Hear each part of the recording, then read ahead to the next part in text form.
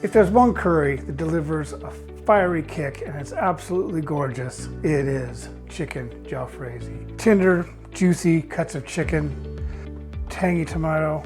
This is just one of my favorite curries. It is spicy though, and obviously you can make it as spicy as you like. This is a recipe from my cookbook, the Curry Guy Bible, and here it is there in the book. The only difference is I'm going to be cooking this for, well, it's a curry house portion to serve 1 to 2 people, whereas in the book it's for 4 people. Just easily downscaled it. You can easily upscale it again as well. As you can see here, I've got all my ingredients. I've got some bell peppers and some onion, chicken, that's chicken tikka, tandoori chicken tikka, which I cooked earlier. I've got mixed powder, but you can also use a Madras curry powder, and I got some chili powder there as well. Some fresh chilies, I like a lot of them, so I use a lot. If you don't use as many. I've got some coriander stalks, garlic and ginger paste, got about a tablespoon of that there, some tomato, and a bit of garam masala. A few extra chilies just in case we need them. And what I'm using here today is just seasoned oil. So that's the oil that we used to make the onion bhajis, and it just gives it a nice flavor. It's better than just using plain oil. And I'm gonna add just about 1.5 tablespoons, maybe 2 tablespoons of that oil in there now.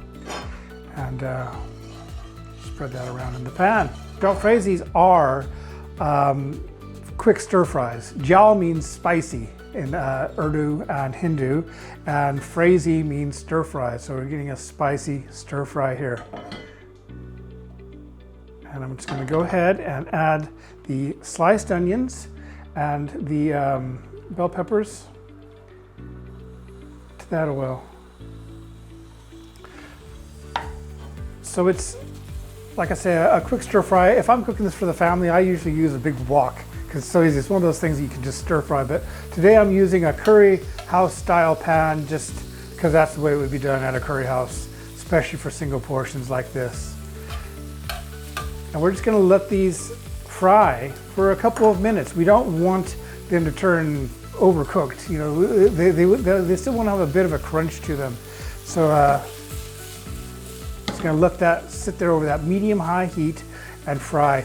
If you are an experienced cook and you want to cook this faster, like I say, it is a stir fry, so you could actually up the heat and cook it over a really high heat. But a lighter heat will be fine for you if you haven't done this before very much. I'm going to go ahead and add just a tiny bit of salt to those onions. We're not seasoning at this stage. All we're doing is trying to bring out some of the moisture from the onions, which will help them cook faster and nicer, give them a little bit of flavor as well. And to that, I got some coriander stalks, just probably about 10. I'm going to add those to it as well. Give a nice coriander flavor. And my chilies. And like I say, these are 3 green finger chilies here. I love green chilies. If you don't add that many. You don't have to add any if you don't want to. In fact, I got some chili powder here. If you don't want it to be spicy, you just want to have that nice stir-fried flavor, you can use some paprika instead. So it's really up to you how much spice you put in here. That's smelling really nice right now, just fresh and nice. So I'm going to add the garlic and ginger paste, about a tablespoon there. And give that a nice stir with my spoon there. And all we're doing at this stage with the garlic and ginger paste is we're just cooking out the rawness. So we're going to do that for about 30 seconds. And that's all it really is going to take. Just get the raw flavor of the garlic and ginger out and let it kind of start mixing with all those other ingredients. And to that, I'm just going to add about 1/2 cup there of that tomato puree. And obviously you can see here I've used some passata, some unseasoned passata. You could use tomato paste with a little bit of water just to make a similar type of tomato puree there. There we are. And I'm going to add the chili powder and this mixed powder. Like I said, mixed powder is very similar to Madras curry powder. And it's used a lot at curry houses. It's a special blend curry powder. If you don't have it, or if you don't feel like making it, the recipe is in my book and on my blog. You could actually just use Madras curry powder.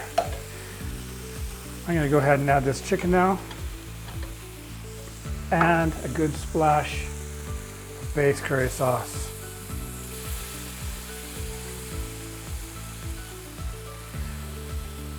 And all of the measurements for these ingredients are in my book and on my blog.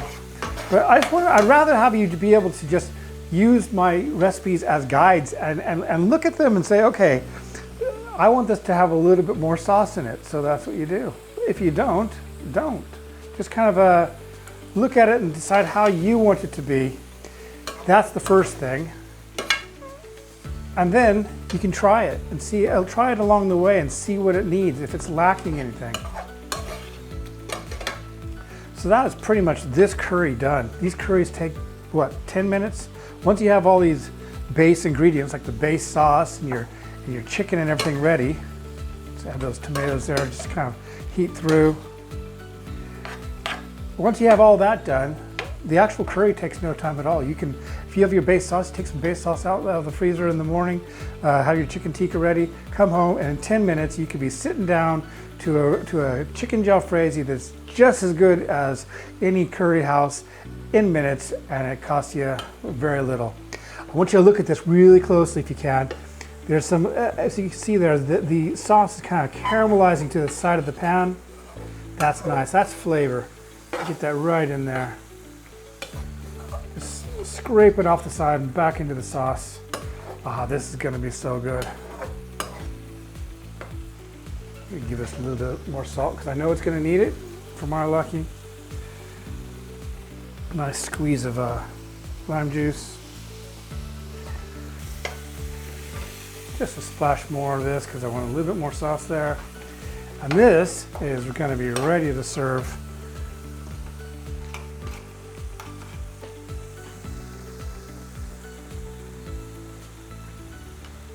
There's a reason why Chicken Jalfrezi is one of my favorite curry house curries. It's spicy, it's got a punch, and it's just really, really good. So there you have it. The Chicken Jalfrezi from my book, The Curry Guy Bible. I hope you enjoy making it. I hope you enjoy eating it as much as I do. And thanks for watching, and until next time, we'll see you later. If there's one curry that delivers big flavor with a fresh, fiery kick, it's got to be Chicken Jalfrezi. Juicy chicken, crisp onions and peppers, tangy tomatoes, and just the right amount of heat. This is the kind of curry you just keep coming back to time and again.